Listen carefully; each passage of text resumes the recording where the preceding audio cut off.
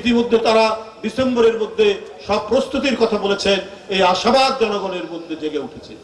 বন্ধুরা আমার, আমি আর বক্তব্য দীর্ঘায়িত করতে চাই না। এই ধ্বংসস্তূপের উপর আমরা নতুন করে গণতন্ত্রের সৌধ অট্টালিকা নির্মাণ করতে চাই।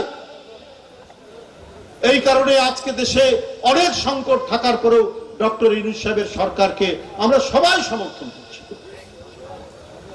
আজকে 300 থেকে 400 টাকা কেজি ঢাকায় কাঁচামরিচ, আজকে মোটা চালের দাম প্রতি সপ্তাহে 2 টাকা 3 টাকা 5 টাকা করে বাড়ছে।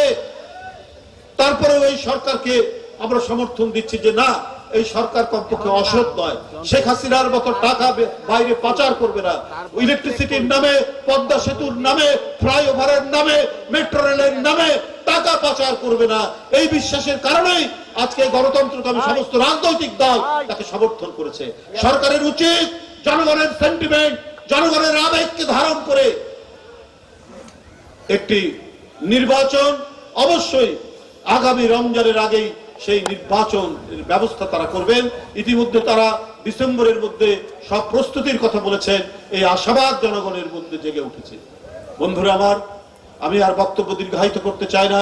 আমি সব শেষে শুধু বলতে চাই, তারেক রহমানকে নিয়ে অপপ্রচারে নামবেন না, তাহলে আপনাদের নিজের উপরেই অনেক কিছু এসে পড়বে।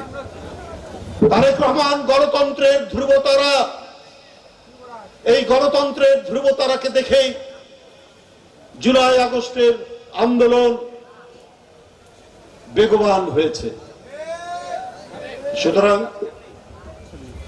আমি আজকে যে শহীদ পরিবার এখানে উপস্থিত হয়েছেন, সেই শহীদদের প্রতি গভীর শ্রদ্ধা জানাচ্ছি, তাদের আত্মার মাগফিরাত কামনা করছি এবং যারা আহত হয়েছেন তাদের আশু সুস্থতা কামনা করে আমরা বিএনপি পরিবারের যে এখানে আয়োজন, যে আয়োজনে কুড়িগ্রাম জেলা বিএনপির এবং এখানকার সমস্ত বর্ষিয়ান নেতা সবাই মিলে একত্রিতভাবে এবং সকল অঙ্গ সংগঠনরা একত্রিতভাবে এত সুন্দর, এত বিশাল একটি অনুষ্ঠান করে দিয়েছেন।